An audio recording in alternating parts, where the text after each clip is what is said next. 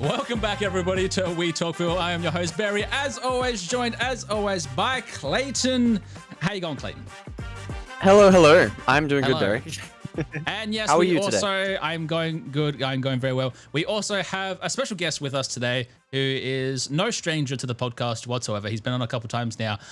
See Lego Films. How you doing? So, what's up, guys? I'm good. I'm doing good. Finally going to talk about a movie. He's back at actually it again. A movie you actually really like good. this time? Really? Yeah, I know. Wow. No, yeah, this isn't Okay. another rant episode. It might be. Not yet. Don't get your hopes up Don't because get me me started. and Barry are. Oh god, this is gonna be great. But before we get into today's topics, let's jump on over to the news section, will we? The news. All right, Chris, you remember yeah. how this runs? Feel free to chime in on anything you want to talk about because we don't really have a plan. So we do this. We roll. Okay. We roll with the flow. Okay, first thing, we got a couple trailers. The first one that I'd like to mention is for Winnie the Pooh, Blood and Honey 2. There's a second one now? One? There's a fucking second one? Yep, the tiger, Tigger the tiger is in this one. That's the only thing that's different. It's called Winnie the Pooh 2, Blood and Honey. They reused the same tagline for the sequel just because. The first one, man. I don't think anyone on the planet has seen it. And not to toot my own horn here, but I did make a Lego parody video of the first one, being like, this is an awful idea and it sucks. I hadn't seen the movie. The movie wasn't even out. And now they're making a second one. Now they're making a fucking second one. You're going to have to make a second Lego video now. Yeah, you have to do it again. The sequel. It'll just be Winnie the Pooh saying, fuck you, for 2 minutes straight. Yeah, okay. Next thing I'd like to mention is James Cameron has put out a statement saying that Avatar 6 and 7 are planned, but he probably won't direct them. What? Yeah, he's planned out 7 of them? He's probably dead by the time that comes out. Yeah, he said that it's going to come out mid-2030s at best, and it's like, okay, dude. Wait, this is how insane. old is James Cameron? He's old, like let me find 70 odd, I think. So he's gonna be. Can't he do anything else? He's 69 this year. Okay, nice. Yeah. So he's gonna be 80 when these ones are coming out, if they come out. If they come out. I don't think he's ever gonna make any other movie apart from Avatar sequels. Now it seems like that's all he's doing. Yep. This man just loves Avatar. He just I also like Avatar too. I like the part where I watched it and I was like, hey, this looks like a video game. I know it's the most original joke ever. Most original joke ever done. No one's ever made that joke before. No, definitely not. Definitely not. Oh, 100%. You know what's really funny? We were looking at stills on Shot Designer for the Avatar Way of Water, and it looked awful. When that movie is still or paused, it looks terrible. When it's in motion, it works. But if you pause at any moment during the Avatar films, you're like, what the fuck is this? Well, yeah, it's fucking weird because there's in the theaters, I don't know, in the theaters, I think the film itself, I think there's a set frame rate. Like you change the frame rate of the film. There's a few movies out there that do that.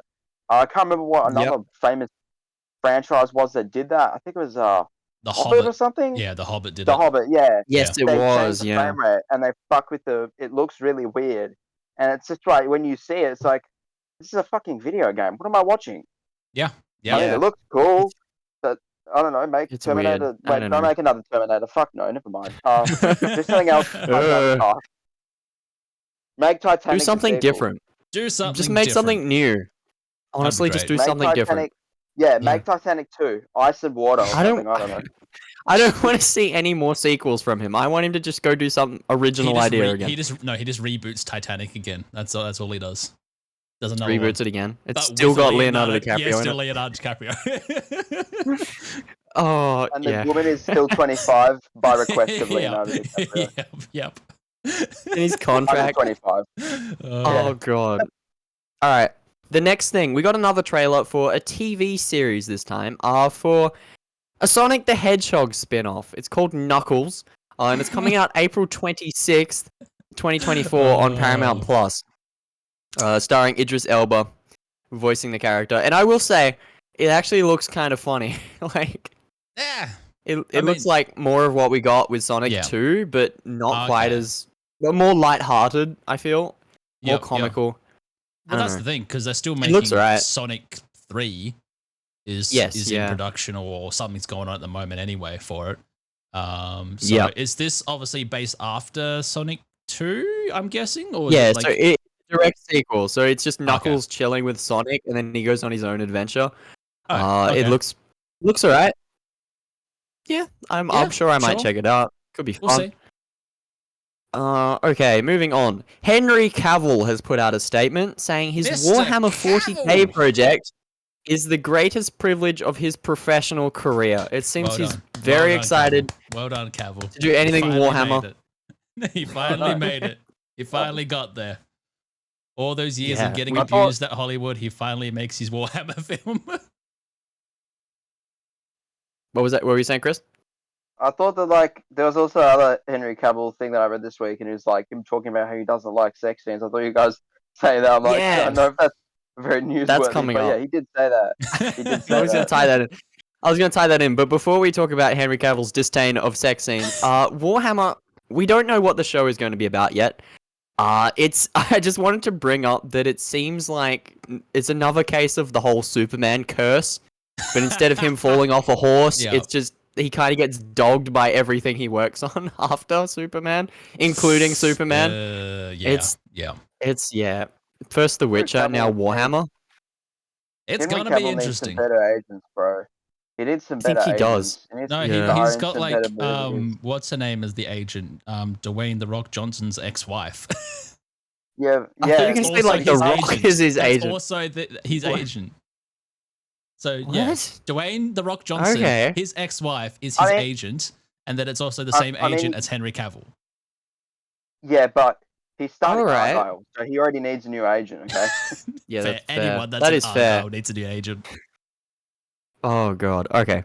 Henry Cavill also said he doesn't like sex scenes in films, and he says that they're kind of pointless and stupid, most of the time.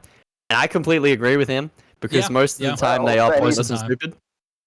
Well, then he's not going to like Poor Things. 100%. 100%. All right. Another trailer we got is for A Quiet Place Day 1, which is a prequel to those movies, and it looks okay. It looks more of the same. I haven't seen the second one. And larger scale, I suppose. More budget got put into this one, that's for sure. Yeah, fair. I mean, sure, it's a cool, unique horror series. Sure, make more of it. Yeah. I don't really care too much, but they're not terrible movies, so I'm not against it. It still looks good. I'm invested to go and see it just because the other first two were really well done, and what's his name? The guy from The Office. I always forget. Krasinski. John Krasinski. Krasinski. Yeah, John Krasinski. Yeah, because he's obviously directing this one again. So it's just do more of that. Do your thing, buddy. It's his thing. Yeah, speaking of things that Krasinski is directing, we got a cool behind-the-scenes look at a movie that he's doing with Ryan Reynolds called If, or Imaginary Friends. And this is really funny, and it's an Office joke, is because they did a whole behind-the-scenes featurette, but replaced John Krasinski with Randall Park pretending to be John Krasinski. And it goes for 5 minutes, and it's actual behind-the-scenes footage of him pretending to be the director on set, and it's great. Oh, that is great. That is great. Ryan Reynolds breaks the fourth wall, and he's like, "You're not John Krasinski, you're Randall Park," and it cuts him off, and it's great. It's worth a watch just because it's really funny. It's the only way Randall Park became famous was being Asian. John Krasinski. He's great. He's such a great actor, and I'm glad. I love it when companies put out promotional stuff that's different and funny, and it's not just, "Hey, here's an ad, here's a trailer." It makes fun, and Ryan Reynolds has been doing that since the dawn of time. This is another example of something really fun and unique that I love. I love it when an ad is interesting, rather than just boring trailer. But speaking of trailers, we're getting one tomorrow. One that we're really excited about for the Super Bowl, because that's tomorrow where we come from. we're getting a trailer for Deadpool 3, starring Ryan Reynolds. Carrying over into this one. Yeah, the trailer is reportedly going to be 2.5 minutes long, so we're going to get everything spoiled for us. Or it's going to be 2.5 minutes of the movie. Something that's not in the movie. It's going to be something not in the movie. It's going to be Randall Park. It's literally just going to be like another couch. They're going to be sitting on the couch together, him and Hugh Jackman, just discussing, be like, oh, so you may have heard we made this film. We have wrapped filming now. That's it. You're not going to see anything. Yeah. I was about to say that. That definitely seems in line with what they'd do. They'd just be like fucking talking on the couch. That'd be great. Yeah. Going a or the whole movie gets spoiled to us in 2.5 minutes. I really hope it's the first one, because I don't want anything about this movie to get revealed. I just want it to be a joke until it comes out and we get to see it. We see nothing until we see this movie. That would be awesome. But they won't do that because it's a Marvel film. It's a Disney Marvel film now. So wait, is it out this year or next year? I can't remember. It comes out in July. Yeah, in July of this year. Nice. Exciting. It's gonna be whacking. I do not remember the second one very well, but I do think the first one was pretty good. It had Fire Fist in it. He was cool. And Batman. Remember Fire Fist and Batman? And Brad Pitt was in it too? Brad Pitt was in it. Brad Pitt was in it. Brad Pitt was in it for a whole 3 seconds. That's true. That's really cool. All right. Okay, we got some more. This is more news. This is a terrible iteration. What's the word? It's a terrible add-on to the whole digital media argument, because we got an announcement from Funimation and Crunchyroll, 2 anime services that are combining. Crunchyroll is absorbing Funimation, and it's basically taking everything except for the digital rights. So anything that was purchased on Funimation will not carry over to Crunchyroll. So if you bought something on that, you will lose access to it forever, and will have to buy it again on the service that it's becoming. Damn, that fucking sucks. Yeah. I hate digital-only media, and I've been saying that since digital media's been a thing. And it's getting even worse now in Australia, because everything is just not getting fucking shipped here anymore. Yep. So it's like, great, this is awesome. Thanks, guys. It's if you want to get something, if you want to get some physical media, you're gonna have to pay up the ass to get it. It's ridiculous. The three of us went to the 3 of us went to JB Hi-Fi the other week just to smell the physical DVDs. It's ingrain it into our memory before they disappear forever. Remember this, guys. Remember we're gonna be 80 and this isn't gonna be a thing anymore. We're going back to Laserdisc. 6 months time, we go back to JB Hi-Fi, and it's just a fucking desert island. They've just no more DVDs or Blu-rays or 4K. So sad. We have to go rub our faces in it or something. Oh, who doesn't love physical media? It's just cool to have something to collect. Yeah, and also to very drive cool. women away. I'll keep out the last part, but not really. What do you mean, dude? Everybody loves the physical media collection. That's you've got your own civic video in your living room. Yeah. That's insane. I got Pulp Fiction on Blu-ray. You want to watch? Damn. Yeah, it's gonna go down real well. That's how you pick up all the chicks, insane. Chris. Yeah, you should try that. I know it's working on me. Yeah, I have DVDs. Oh yeah, of course it's working on you. You're gonna take his physical media. You're gonna hoard it. Yeah. All right. Moving away. This is another wacky story. Because Disney, linking it back to them, fired an actor from the Mandalorian, Gina Carino, in 2021 over some controversial posts and things that she put out. She was fired, dropped from the role. Whether you think that was deserved or not is a completely different story. But she's suing Disney with funding from Elon Musk. So Elon Musk is giving her a bunch of money in order to sue Disney. Okay. Alrighty. Radio. Okay. That's Elon Musk. Checks out. It's so weird.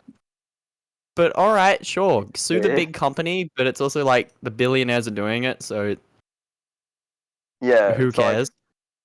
you'd probably fucking lose anyway. So like, who cares? Yeah, I don't know. Whatever. It seems like Elon Musk is just running out of things to spend money on. So that's that. Yeah, like he's definitely the kind of person who's like, I can sue Disney. This will win me over with the public. And then he's probably going to try and buy Disney as well. Yeah. He'll be I hope not. He'll just do the exact same fucking things. And then all of the things on Disney will be Pixar movies about fucking space shuttles or whatever the hell. Yeah. Yeah, probably. Okay. Another story this is one that I'm kind of really disappointed in because there was a movie that was shelved by Warner Brothers, Coyote versus Acme. It was like a law drama where Wile E. Coyote sued the company that kept selling him stuff. It was live action mixed with animation. It looked really funny, and then it was shelved forever because it failed to find a distributor. They wanted too much money from it. It's been months stuck in mid-air with them offering it. And now, reportedly, it is just going to be shelved forever, classed as a tax write-off, never to be seen the light of day, because if they do that, they legally cannot show it to anyone ever. So, say goodbye to that movie. We're never going to get to watch that. Yeah. That's so just it was like fully made. I did see an update of that, it was like done. literally 30 minutes ago, like before we started the podcast. Apparently, like one of the stakeholders did come out and say, he's like, no, we still have it up for like a certain amount of time. So if any company that has a spare $70 million can buy it. So yeah. See, that's what Elon Musk should do. He should buy that and put it out because that's Exactly. he can spare that, and he's got that'll get him some goodwill if he doesn't change the movie in any way. Exactly. Stick his logo on the front of it. Who cares? But I want to see that film. Stick a Tesla in it. Can we buy it? He'll be like, can we just put a extra shot of a Tesla in here? I don't think there's enough Elon Musk representation. Yeah. We'll buy that does sound disappointing. We'll buy it. There's a few We'll movies put it out there that just get shelved forever. Oh, yeah. Yeah, it's a shame. It's a big shame. Okay, we got some announcements. Warner Brothers shelved a Batgirl movie. I don't know if that was any good though, but like they have. They apparently that it sucked. So yeah, I'm like that probably was really shit. So yeah, I think that was a different case. This was So what the fuck? That's a good point. True. You've got us there. You did. Never mind. Everything that they do is no longer new heads at DC now. So you know, fingers crossed. James Gunn does a better job. New head. All right. Cool. New head. Okay, we got some more announcements. Another Game of Thrones spin-off is in the works. It's in a prequel. Yeah, about the Targaryen conquest of Westeros. I haven't seen Game of Thrones, so I'm mispronouncing everything. Targaryen, yeah. It's set hundreds of years before House of the Dragon. It's just going to be a big war thing, apparently, like just the conquering of the entire land. It sounds cool. Yeah. Sure, whatever. It'd be great if they did something different that's not part of Targaryen, but sure, all their shows are just like, we'll just center around this one family. Why not? I don't know. I guess because it's working, it's making them money. True. I'm not a Game of Thrones fan, so I don't care. But good on them. Sure, keep making cool, expensive, big budget shows. I love that, at least. Yeah. All right. Okay. This is one that I only just saw, and I'm very excited about. Is Dan Trachtenberg, who directed Prey, the Predator spin-off, is making Prey 2. He's directing that, as well as another standalone Predator movie titled Badlands, and we have no idea what that's going to be about. But there's 2 more Predator movies in the works in a similar sort of style to what Prey was. Okay. And I'm very excited for that because I'm down for it. Give the guys who made Prey some more money and some more time to come up with cool idedes. I think they'll kill it. Yeah. I really enjoyed that movie. To see what they do with Prey 2, if it gets called Prey 2, because that is going to be a bit more like, are they going to have the same cast? Is it going to be around the same time? I suspect it'll be the same cast again. Sequel? I don't know. Direct sequel. Maybe. But I mean, Predator 2 was completely different, so who knows? Yeah. It could be completely different again. And that's the thing, we also got the new Aliens film releasing in April this year. Romulus is coming out this year. Keep forgetting about that. Yeah. We haven't seen a trailer for that yet, have we? No, because the director's he's trying to keep it hush hush as much as he can. Okay. There was meant to be something coming out for the Super Bowl, but then he was like, no, we'll wait. I don't know if that's a good thing or a bad thing. I don't know either. Yeah. Like, if your film releases and no one knows it's out, you kind of fucked up. Just a bit. Yeah, but also it's Alien, so I feel like he's got a little bit of fair leeway with it. It's like, it's Alien. People are going to go see a new Alien movie. Oh, they definitely will. Regardless. But I would like to see a trailer before. I would like to see something. If they're not, even just like an announcement poster or something. Well, like the trailer is just come see this movie. Because literally the statement was like, it was just like a title statement because it's officially called Alien Romulus. Apparently that's the title for it. So I'm just like, poster, a little clip, a little teaser. No, just a blog about it.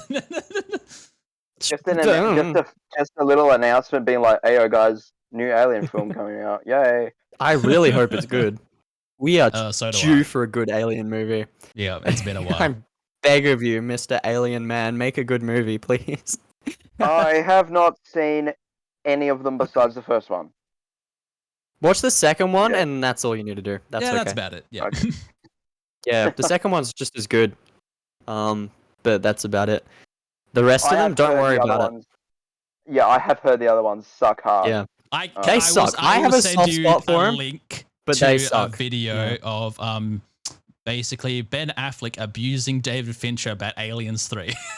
It is the funniest interview I have ever seen. Wait, who made Aliens 3? David Fincher. It's his first feature film, is Aliens 3. Oh, hell no. Bro. Yeah, pretty much. That's everyone's reaction to Alien 3. It's not good. It's not. I kind of like it because it sucks, but it's not good. Yeah. Well, at least he made better films after that. Oh, yeah, he sure did. That's true. That is definitely true. Okay, last piece of news this week is another announcement coming out of DC. Reportedly a Teen Titans film is in the works. It's in early development. That's all we know. Okay, cool. That's all we know. Yeah, cool. Well, could be good. To be expected, because of what they're doing over at DC with all the new universe and stuff like that, all James Gunn side of things. Yep. I'm still waiting for them to announce who's going to be the next Batman in James Gunn's universe, because they basically have everyone casted. Ready for Superman Legacy, which apparently there's going to be a table read with all the actors next week in Atlanta.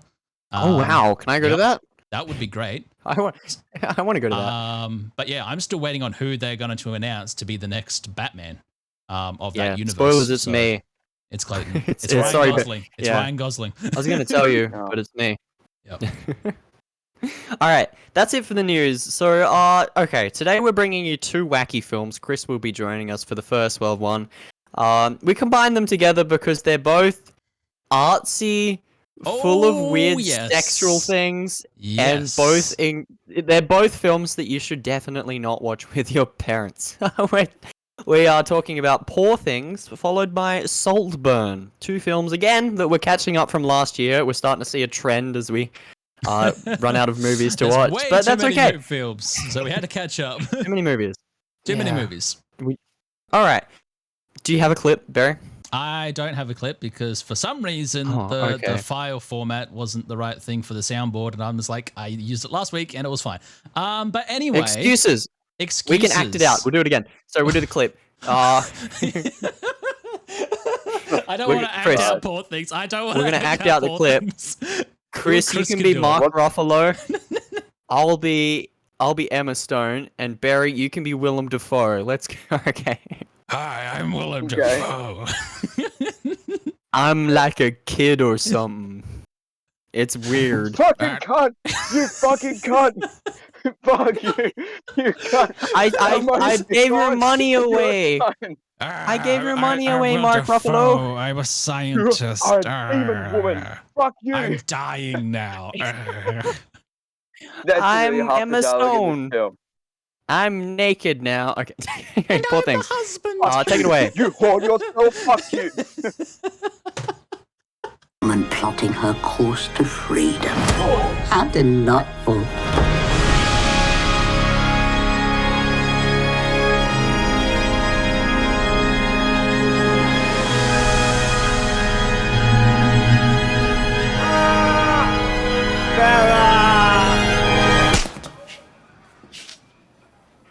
Oh.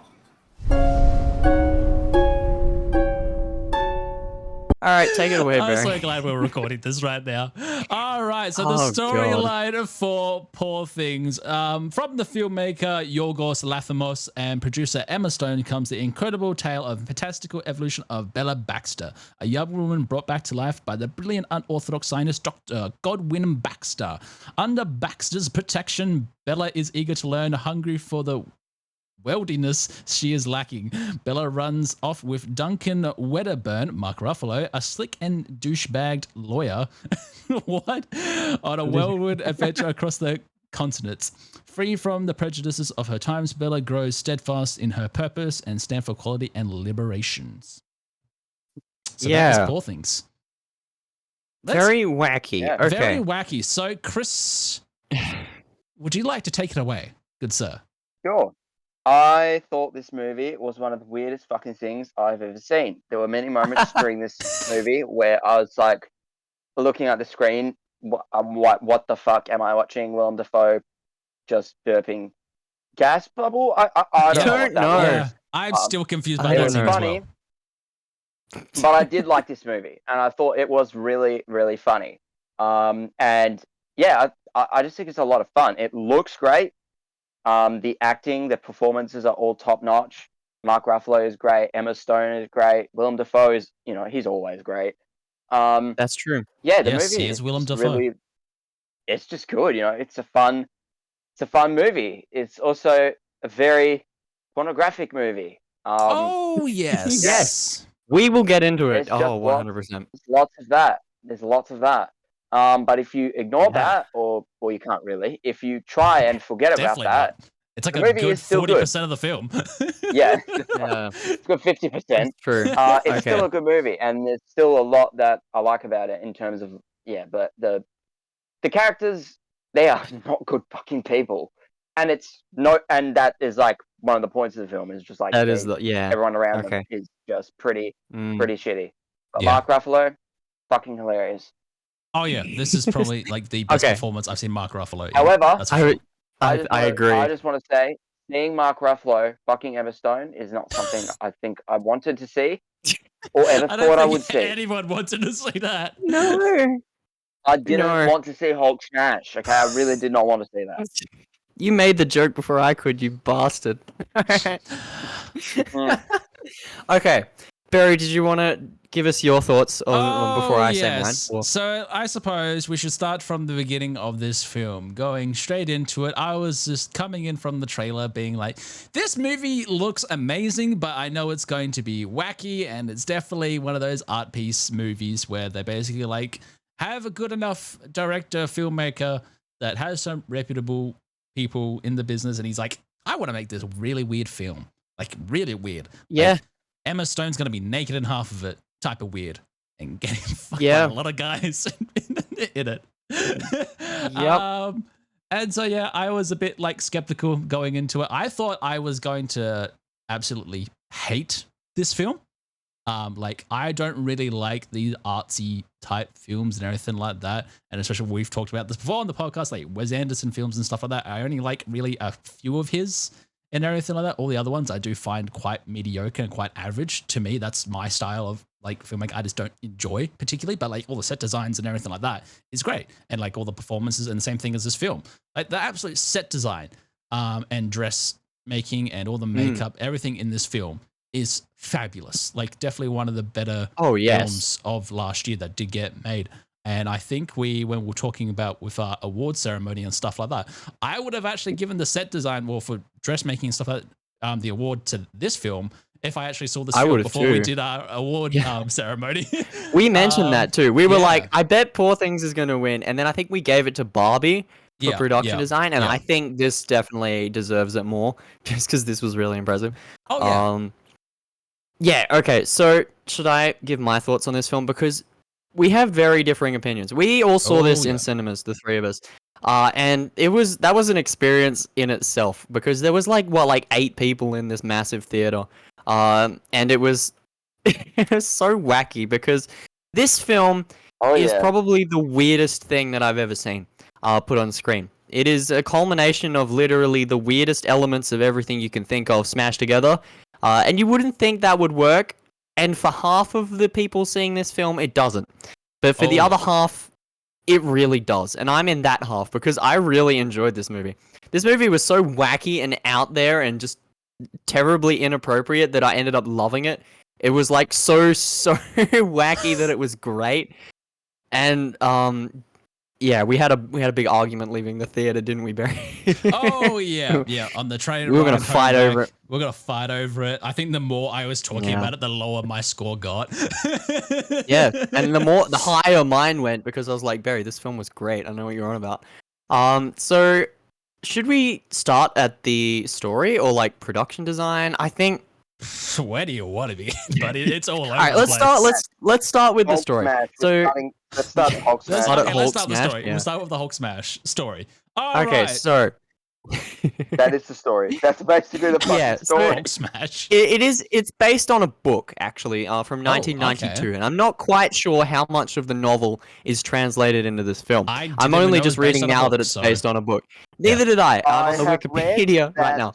I've read that a lot of things are completely different, and people who were fans of the book, that doesn't surprise me. They weren't. Yeah, it's always going to be that way. Yeah. But oh well, rip. I like the movie, so yeah. Yeah, fair. Okay, so the film opens with Emma Stone's character pregnant, standing on a bridge. You're like, what's going on? And then she kills herself. Unborn child inside of her. And who finds her but somewhat of a scientist himself, Willem Dafoe. I'm somewhat of a scientist myself. I'm somewhat of a scientist myself. And of course, his response to this is to take the brain from the baby and put it in the mother and resurrect her as some kind of baby-brained adult. It is the weirdest setup to anything ever. And I don't know how any of this works, or who wrote this, or what was going on in anyone's head.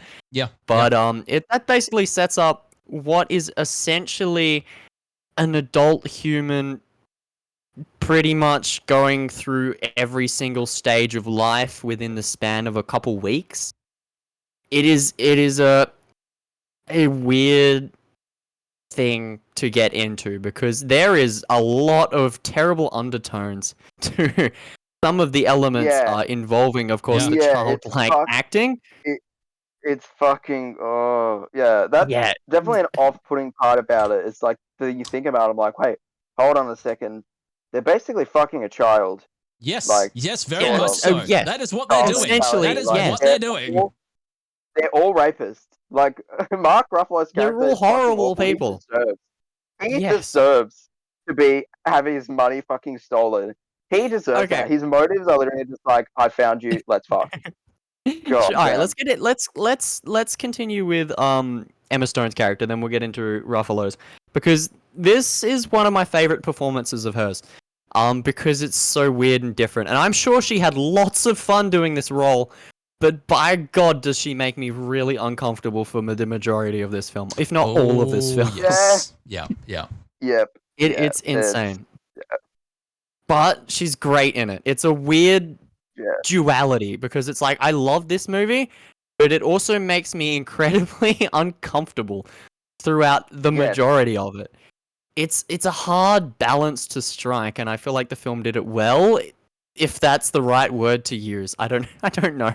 It's hard to talk about this film. It is a very off-putting film, and just the overall story and stuff like that, and what elements they did put into it was quite like, what the fuck? Whoever wrote this needs to be in jail.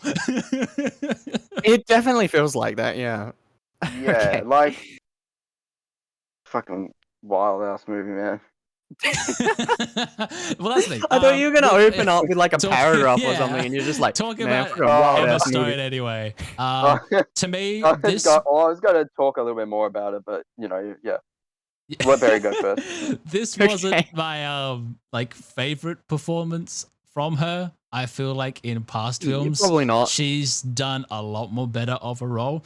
This one was very much just like, it was very like stage theater acting, which to me is it's great when it is up on like a theater and that whole type of theme to it all and stuff like that. I still feel like it doesn't translate well to filmmaking still. I don't think no one's really perfected like a theater type styled thing into an actual film. I think I'm gonna cut you off there because I think this is as close as we've gotten to the perfect theater movie. Because I don't think this would have worked as a play. I think it just wouldn't have worked like that. I feel like a movie was the only way that this worked. Just Mark Ruffalo smashing Emma Stone for 30 minutes straight on stage. I mean, that aside, the nudity and the sexual acts aside, I don't think the film itself would have worked as a play. And I think it really worked as a weird movie hybrid. I don't know. Yeah. Okay, as you were saying. As I was saying, anyway. Emma Stone, I feel like, has done better anyway in other performances as a lead role. And it was this character. It was weird. It was eccentric. And I understand like the point of it all. But it's just like, I feel like she has acted better in other roles before than this. This was just very much, I'm this character. I will do this type thing. That's it. I mean, but that's kind of the point of her character. She's really a fucking child. But what I will say is I read the reviews, and all the reviews who are saying that they hate this movie and the reasons why they hate this movie, I'm like, that is absolutely totally fair. Because a lot of the reviews that don't like this movie are like, I'm just watching child porn basically, or I'm watching a man's worst and most disgusting fantasy to just have a fucking sex object. And that is completely, totally fair criticism, because it really 100%. is such a fine line. It's like, it really is, like, you either you fall in one category, two categories in the movie. It's like, you like that or you really don't like that, and that stuff makes you really uncomfortable. But the movie is also just really, really funny, and a lot of that childlike nature from Emma Stone. One of my favorite scenes is like, I must punch baby. It always angers me. That's just fucking funny. Oh yeah. Like, there's lots of chaos happening and stuff. Yeah. And also, it's that general stuff. Like, the sex aside, and even then, some of the sex scenes were actually kind of funny. Like with the dialogue they had before it. Yeah. Not the actual actions itself, but like some of the dialogue before it was like, it was kind of funny. But a lot of the funniest scenes were not sexual related, obviously, and it's just like the Bella just interacting with the world and like seeing things. And there's a great moment where she's like because she's a child, so obviously all the memories were erased and stuff like that. Well, completely different person basically. She doesn't know how shit the world is, and then when she finds it out, she's like, oh fuck, this world sucks. It's like, and everybody has been taking advantage of you this entire fucking time. Yep. But I thought that was a good moment. She's like, oh damn, this world sucks. Let me give away the money. And that caused the funniest moment in the movie when Mark Ruffalo just fucking explodes. Okay, It's just, it's funny. To watch his character it is very funny. Get beaten down on, because he does fucking deserve it. Oh, yes. Yeah, 100%. Mark Ruffalo in this movie, this might be my favorite performance that he's ever done. Oh yeah, because it's insane. He's angrier in this film than he is playing the Hulk. Like that's saying something. He really gives it his all here, because his character is meant to represent the worst of humanity. Everyone in this film represents a certain part of humanity. It's a weird look at the world through the eyes of a certain few characters. Emma Stone is like the childlike wonder or the innocentness of that, really. Mark Ruffalo is basically the scum of the earth, everything that's evil. And then we have Willem Dafoe and the scientist dude, which kind of are the good, meaning well sort of thing, but also still have their own problems. And then we have was meant to be God, essentially. Yeah, and the other creator. I can't remember what his name was. The one that Emma Stone was going to marry, Bella was going to marry. He was kind of Max. He was better than Duncan, but still not by a long shot. Like, a lot of the stuff he did is still kind of taking advantage of her. It's like they all just basically do that. Yeah, and he knows that, and the film ends with them both coming to terms with that. Is like, hey, I did all this shitty stuff, and she goes, yeah, I know, and it's not really forgives him for it, but kind of just makes him do better. It's a weird thing. It's like Yeah. It's such a weird look at humanity through this wacky movie. Oh yeah, and then and there's I guess also like the that's why I side love it so plot much. as well, where she becomes a whore and everything like that. That was a whole thing. Oh yeah, we as can do well. that. We Are you sure that's the side we plot? Are you sure that's the most of side the plot actually. The plot It's just the that's the fucking third plot. act. That's the whole third Yeah, act. okay, so we're gonna have to talk about that at some point because this film Yeah. is what, like 40% sex scenes. I think that's a fair Still like MA 15 estimate. plus. It's still R. MA. 15 It's plus. R. Like the fact No, that it's MA. No, it's MA, dude. I mean, it's R in America, R America, definitely. yeah. But Yeah. it's MA here. Like we've got that extra little rating system. We've got that extra little Which I'm rating. surprised. I don't know how. considering- I know. I'm very surprised. I guess it's literally like a fucking It's porno. I don't know. Well, yeah, I guess it's because it doesn't actually like show close-ups of anything going into anything. I guess that's MA. Insertions, so Yes. that's why. But we see Not that it needs- dick and balls. We see We we see see some boobs, we gross see it all. looking dick and balls. we We some see- gross looking okay. dick and balls, bro. We see some ugly looking people naked in this film, and it is gross. There are the some fucking people dudes that I on the feel crab walk? really bad because I was just like, But I was like, I feel bad for you, dude. Doing a crab walk. Yeah, Yeah, like the how they Smeagol looking are, guy. Like, you are. So how do they cast people? Oh. Like, congratulations on accepting of getting your role in this movie. You are ugly crab walking guy who wants to fuck with your dick hanging out. Yeah, Yep. that's for that your guy. That's your character. That's his character. I hope That's they got- the guy. I hope you got paid well. I hope you got paid well. You can't live I'm that sure down. he did. He won't. I'm sure he did. Yeah, so a lot of this movie there is a lot of sex in this movie. So beware watching this is there is a lot. And it's almost impossible to skip through because a lot of it is tied to the plot and a lot of it is kind of the movie itself. It's a weird Fun for the whole line because I'm very glad I didn't watch this with my parents. They would have hated it, and it would have been so weird. But Yeah. But yeah, what was I gonna say? Yeah, okay. So the movie basically borderlines softcore porn. Well, it is. Basically is. It is softcore porn. It's like it is. It basically is, but it has that wacky other story, artsy element look to it, and I don't know. It's weird because it feels like you couldn't have told the whole childlike innocence, experiencing every single thing that the world has to offer without showing this incredibly gross, awful stuff. So I feel like the film is better with it, but it's also like I don't want to watch it. I'm on Henry Cavill's side here and being just like, that's just too much sex for one film. No, but I mean, you look at it in the is. terms of he's supposed to be experiencing every single thing that the world has. Yeah, but not the good, 40% the bad. of the entire film. I know. I see what you mean. The sex scenes, yes, they made me uncomfortable, but probably the ones that made me the most uncomfortable was like when it's like 5 minutes in the movie.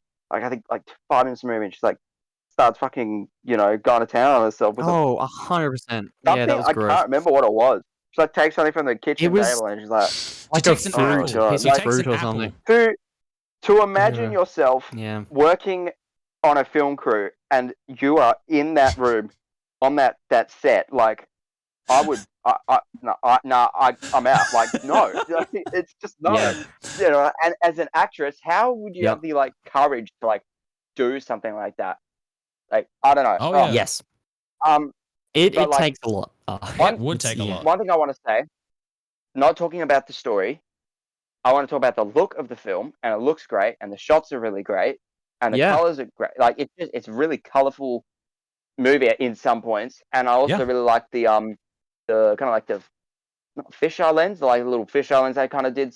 Yes, they did that they quite do that a lot. often. Yeah, where they like showing Bella's point of view, and as the movie progresses, it opens up a little more because her world is opening up more. So I thought that was well, that's the thing, cool. because the first like entire 30 minutes of the film is black and white as well. Yeah, so she doesn't see color until she leaves her house. Like, like removing all the sex from it, if you can even do that, it's there's a good movie in there.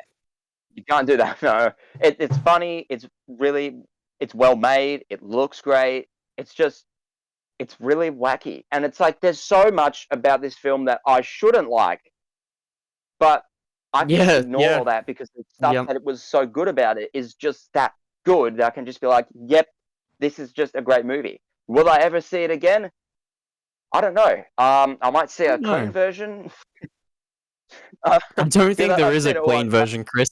I've seen it. Like, it'll be half an hour long. Yeah, I've seen the plot. I could probably like skip through some of it, but I don't know. Maybe.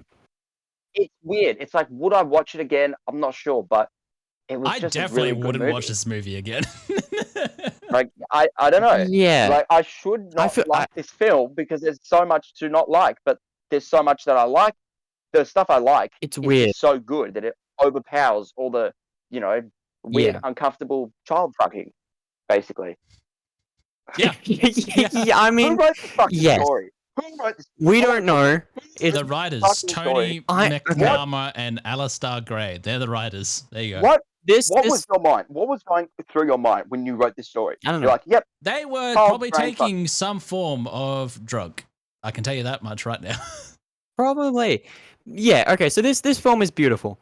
I am very glad that I watched it. Will I ever watch it again? Probably not.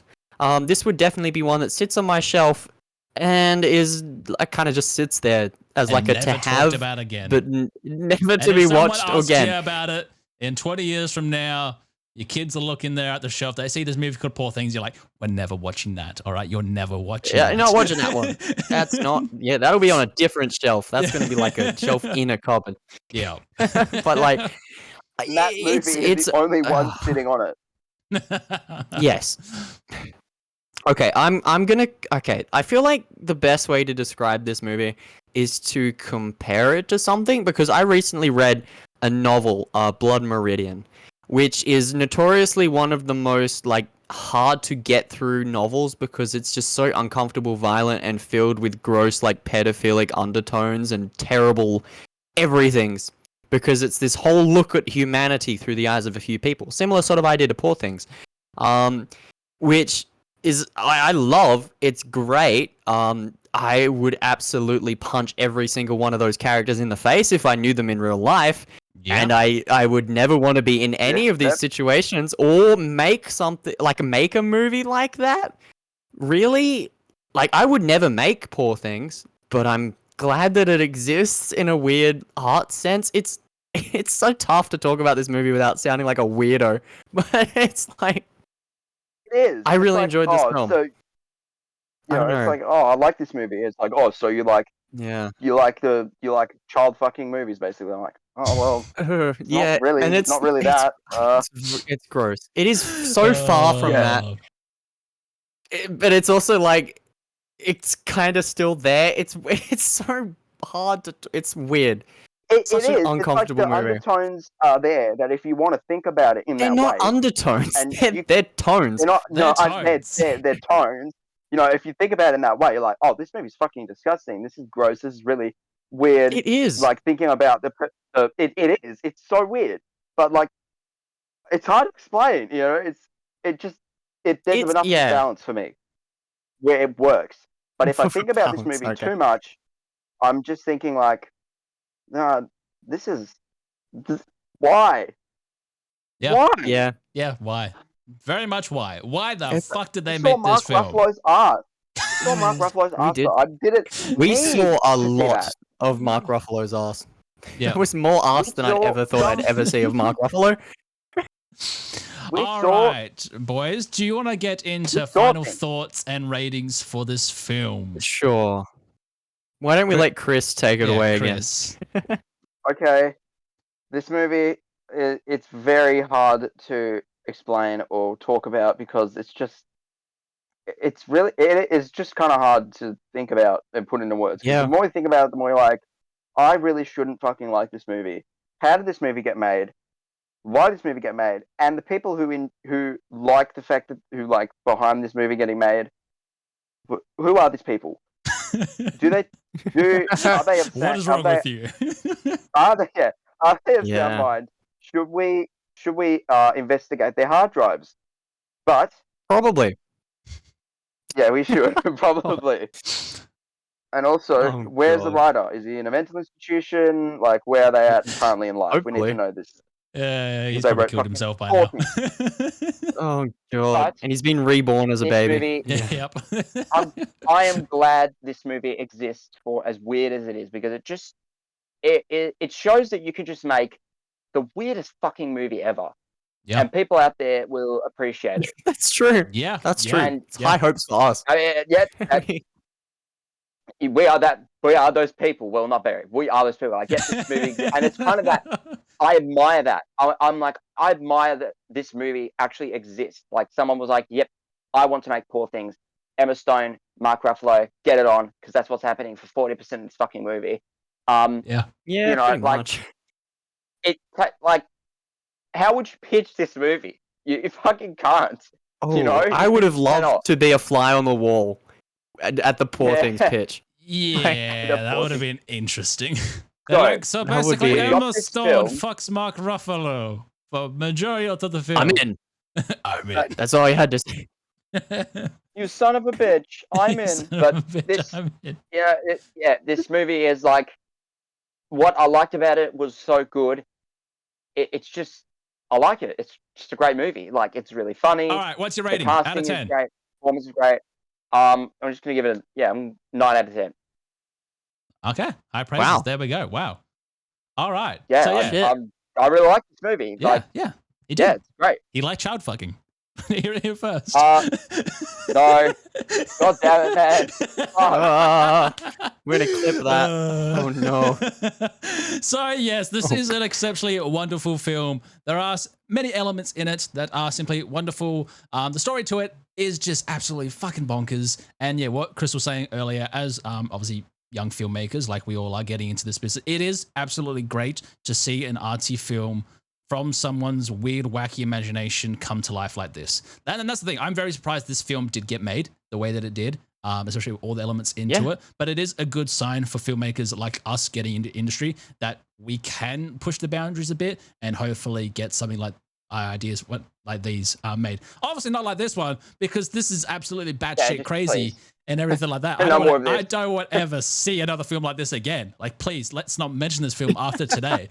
But I absolutely adore the set design for this film. Everything about it is so vibrant, so colorful, so wonderful. Like, just, I want to be in that world type thing every time I was looking at a scene. Like, it was just so cool. I wanted to like go up to the walls and like see what textures they were up close and everything like that. And also the costumes in this film and all the makeup and everything like that. Like Willem Dafoe's makeup in this one as the wacky professor, because he's like his dad. Very cool. Tormented. It was so cool.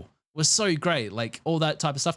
But yeah, it was just the it was overall. so believable. So believable as well, yeah. But it was just the overall story to it, which for me was just too wacky. It was just like, what the fuck were they thinking? Too wacky. Like, why did you make this film? So I am going to give this film a 5 out of 10. Oh wow, that's a lot higher than I thought you were going to give this film. Hey, I still like parts of it, just not the other half of it. Oh yeah, okay. So I'm sitting on a high rating, if you could not tell. The production design in sets, wardrobe, everything, makeup is on point. It is some of the greatest stuff we've ever seen. It's so artsy, yet so full of life. I love it. The acting is awesome, top tier. I don't think you could have had better casting in this film, because the actors absolutely killed it. I like the story. And I know that's a weird thing to say. I liked it because it gave us this weird look at humanity, and it was uncomfortable, disgusting, and hard to watch for quite a fair bit of this film. But it's also really good. It's like you hate this, and you're like, this is gross and disgusting, but you also can't look away because it's making you think, and it's giving you these feelings about the world and humanity and all these terrible things. And you want to punch Mark Ruffalo really hard. But that's what it makes it great, because it's, I don't know, the film just kind of sticks with you in this weird way of like, what the fuck was that? But also you weirdly love it, and it's hard to also recommend this film to people, because it's a very even split. Half the people hate this film, half the people love this film. It's insane. It's very divisive. which I completely understand, is that this is the only divisive film where I understand the other side and completely agree with it. It's like, if you gave this a 2 out of 10, you're also right. Yeah. Like any scale number between 1 to 10 is a correct review of this film. Yeah. I don't think that can be said about any film ever. It's weird. But I think I'm sitting on a 9 out of 10 as well because I really enjoyed this film. It was hilarious and I don't want to say entertaining, but not in the traditional sense of the word entertaining. I'm gonna put it on tonight after I watch this podcast. Just the clips with Mark Ruffalo and Emma Stone. That's all you gotta watch now, Clayton. No, thank you. The rest of the time is Mark Ruffalo banging Emma Stone. Yeah, like we said, I'm probably never gonna watch this film again.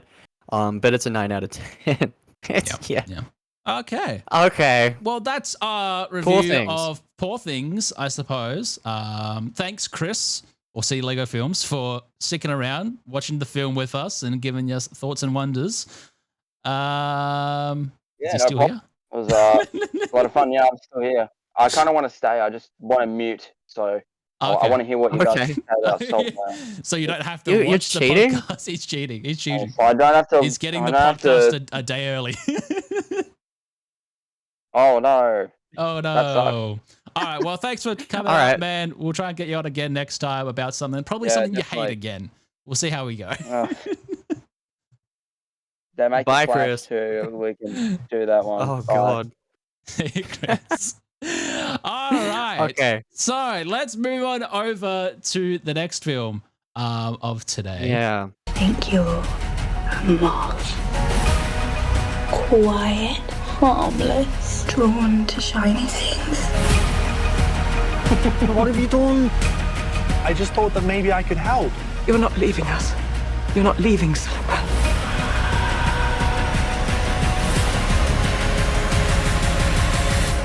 I don't think I'll ever go home again.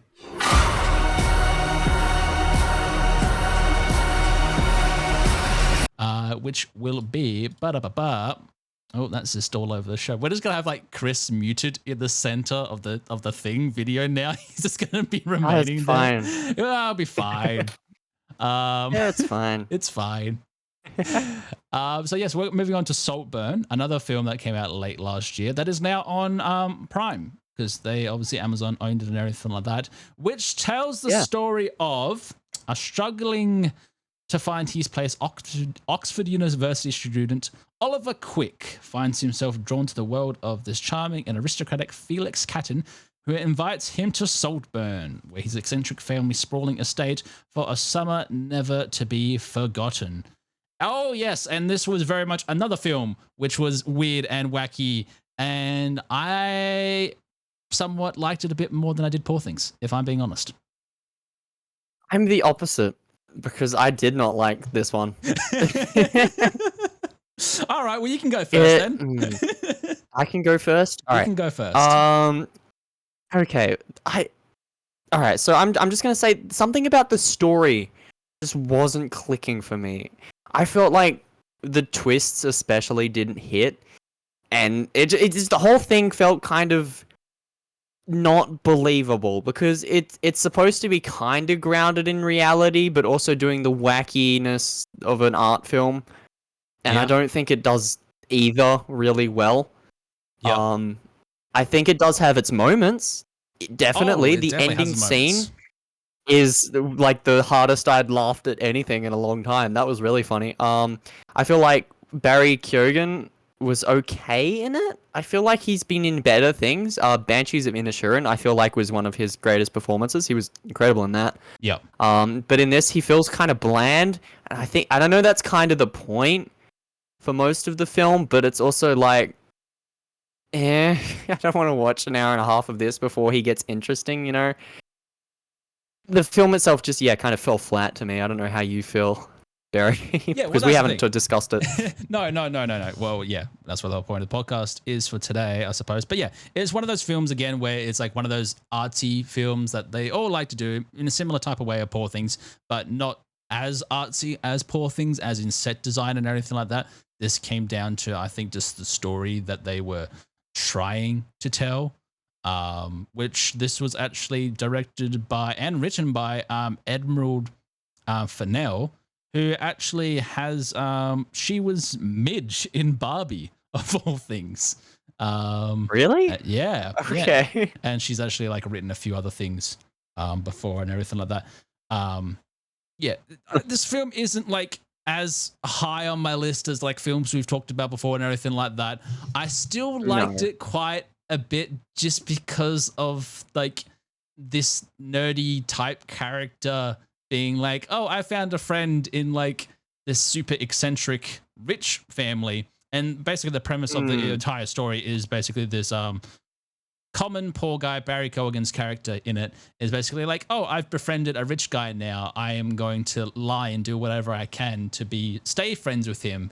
And it just gets obviously weird and wacky when they go to the his estate, the Saltburn estate, which is where all main center of the film is based. And then he starts getting onto their level. He's starting to think, I can become like these rich people are, these eccentric rich people, and get onto their level. Weird, yeah. And then he starts manipulating them all. One by one, he's just like, I am seeing how this is going. I can try and manipulate them all. And obviously that starts out by him just saying a few off-canny center things to each one of the family's sections, because they're all, obviously there is this family who are they are close, but then they also argue with one another 24/7. So that's what every like rich family film does and stuff like that. They just like obviously got drug problems. They also got alcohol problems, all sorts of problems type thing because of all their monies. It's weird.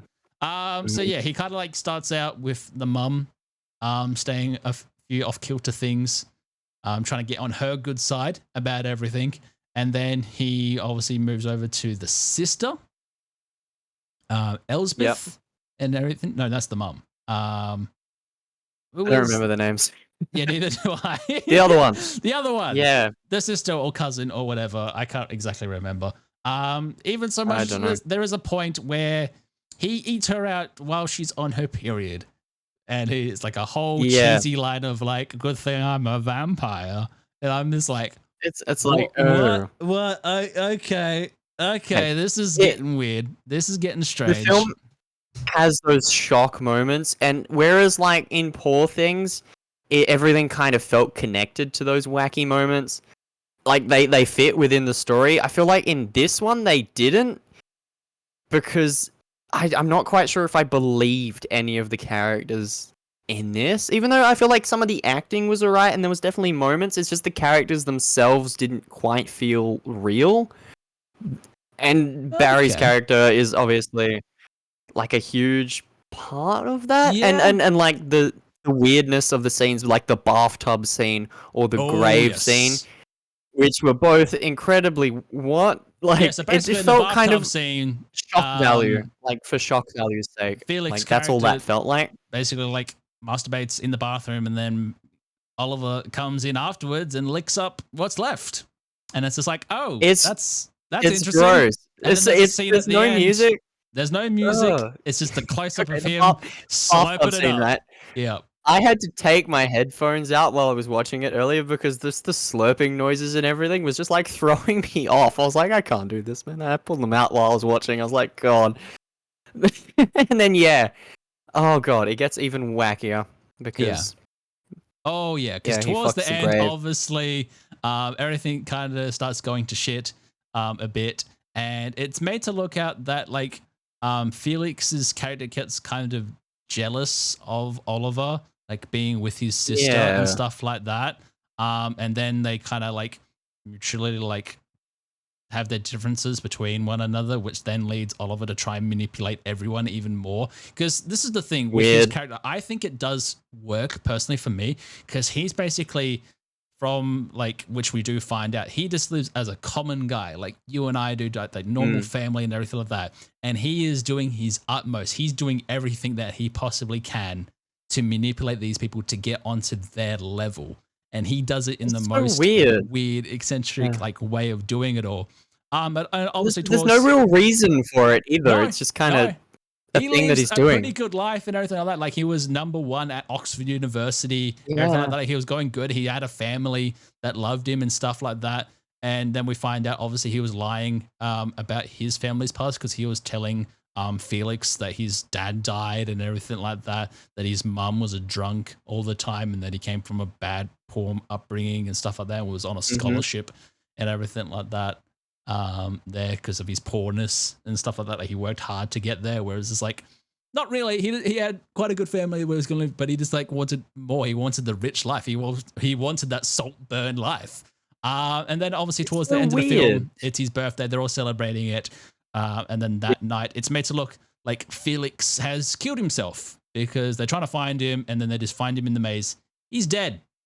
And that is like, okay. It's like, okay. But I started cracking up laughing after the scene. There is a scene straight after that where they're all trying to like manage with the circumstances of Felix dying. And so they're in the dining room eating pie. That's right. The family that's remaining and stuff like that. And the coroner has to take the body across the front. And it's just, oh man, I couldn't stop laughing this entire scene. It was basically like Barry Keoghan's character and Rosamund Pike, they're kind of acting like trying to move on past it and trying to keep things normal while everyone else is like breaking down and stuff like that. And then it just goes to this quiet shot. You can hear the dolly or the wheels moving of the thing of the body coming across, and they're all just having this mental breakdown. The waiter's trying to get the curtain to come across so they don't see it. So now they're in this red room, and you just hear the silence of the wheels come across, and then Barry Keoghan's like, "This is good pie." I just started cracking up laughing that entire thing. Everyone else is breaking down. You got the sister like pouring out a bottle of wine, and it's absolutely so great. absurd. So absurd. This movie is just absurd. That was really funny. And then there's a scene right at the end of the film which I thought was even funnier, where Barry Keoghan just kind of wakes up and just starts dancing through the house naked, and it's like, all right. And it goes on for so long. It's like the final scene, I think. It's the final scene of the film. And it goes on for like 5 or 6 minutes. It's just a lot of him dancing naked, and I'm like, I don't need to see any more Barry Keoghan after this. We've don't seen need to see that. I don't know why they added that scene, because it kind of ended just like, oh, we understand like the story. Because basically the end of the story is he was manipulating them the entire time. Once Felix died, he then manipulated the sister.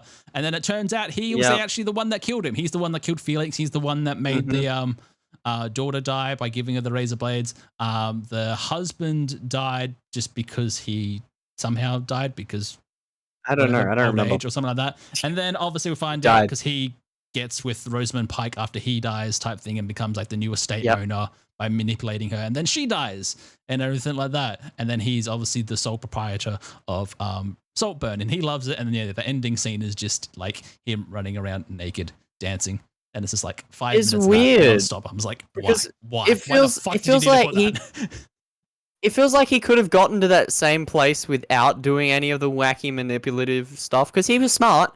He was friends with these people. He could have just, been a normal person and probably ended up in the exact same place. Yeah. Just in a little bit more time. It's like, it's weird.